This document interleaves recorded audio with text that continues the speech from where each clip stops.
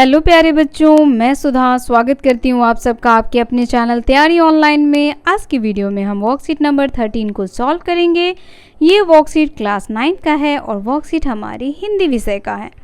बच्चों, आज की वर्कशीट में दिया गया है गद्यांश।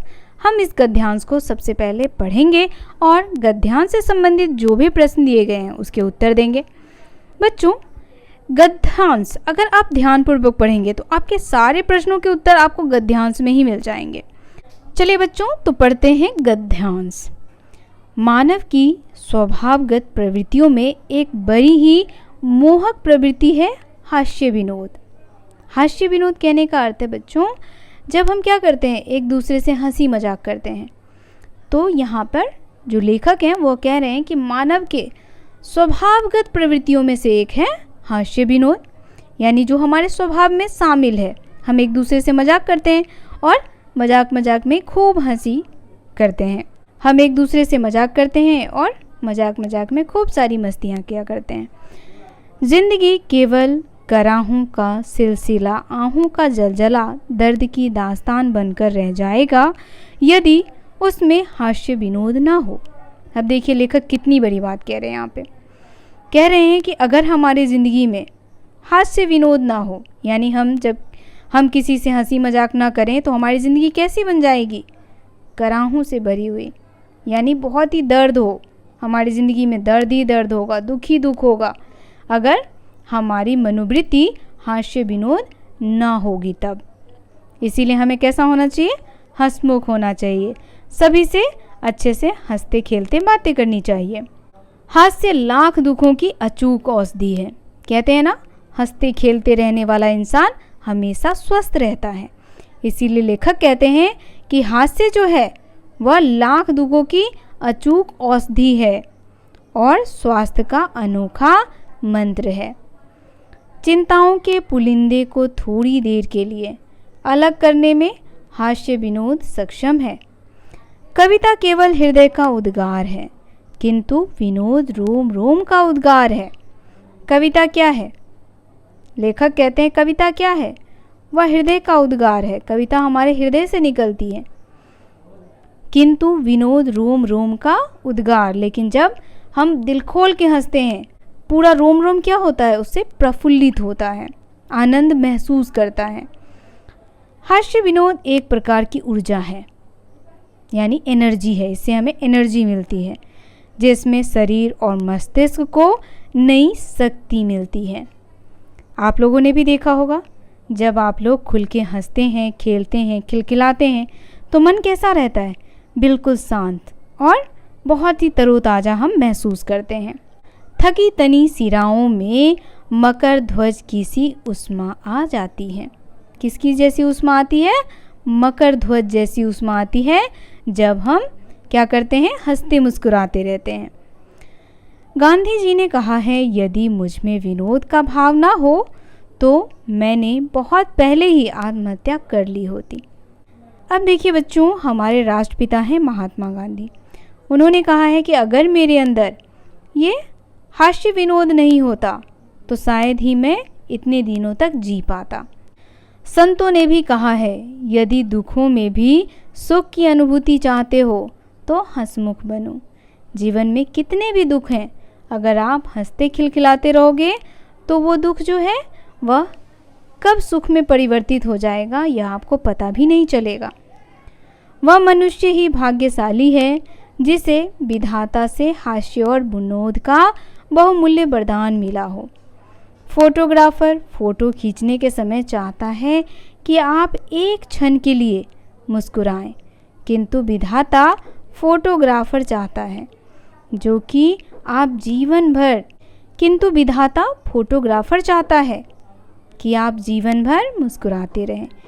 अब यहाँ देखिए बच्चों, लेखक क्या कह रहे हैं कि विधाता यानी ईश्वर क्या चाहते हैं कि हर व्यक्ति क्या हो? एक फोटोग्राफर हो, यानी हर व्यक्ति के चेहरे पर हमेशा क्या हो? हंसी खुशी हो, वो हमेशा हंसते मुस्कुराते रहे। जिस मुख पर हास्य की दुग्ध धवल चांदनी छिटकनी चाहिए, उसे क्या अधिकार है कि वह अपनी स्वाभाविक आकृति को अवसाद की काली रेखाओं में अमावस की काली रजनी बना डाले।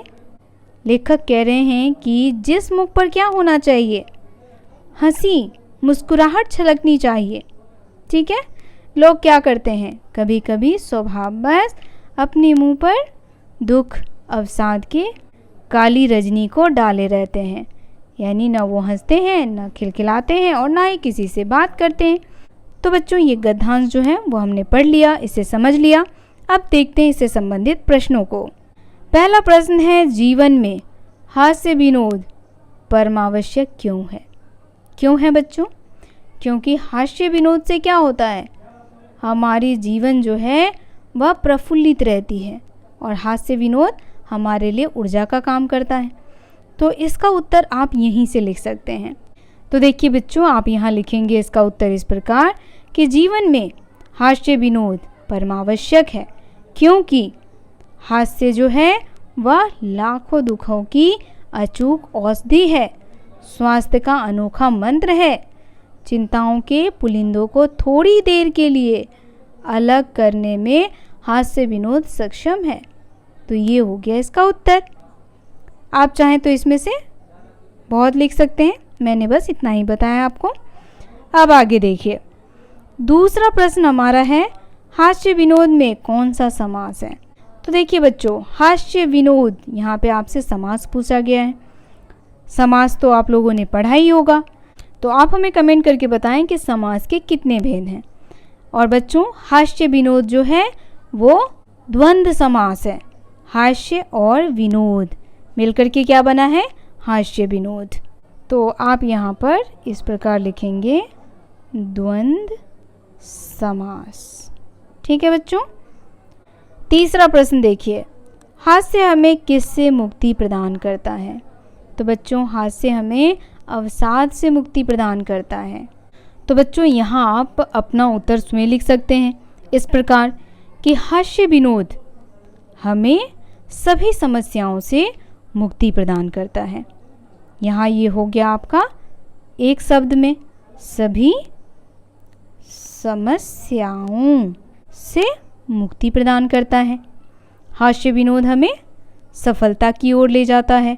हास्य विनोद दुखों को दूर करता है। ठीक है, तो ये लिख सकते हैं आप यहाँ पे। चौथा प्रश्न हमारा कह रहा है कि ऊष्मा का सही अर्थ क्या है? तो बच्चों, ऊष्मा यानी ऊर्जा, यहाँ पे आप ऊर्जा भी लिख सकते हैं। ऊष्मा यानी क्या करता है, हमें ताकत देता है, ऊर्जा देता है। ऊष्मा का अर्थ है बच्चों गर्मी, यहाँ पे आप गर्मी भी लिख सकते हैं। गर्माहट, ऊर्जा, ये सभी क्या है, ऊष्मा का सही अर्थ है। अब पांचवा प्रश्न देखिए, लाखों दुखों की औषधि किसे कहा गया है? तो ये तो सबसे आसान प्रश्न है बच्चों। लाखों दुखों की औषधि जो है वह कहा गया है हास्य विनोद को।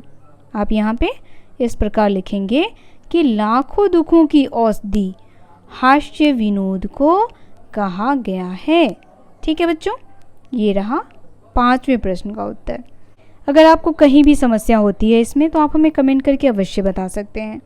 बच्चों, ये वीडियो अगर आपको पसंद आया हो तो इसे लाइक, शेयर और हमारे चैनल को सब्सक्राइब करना बिल्कुल ना भूलें।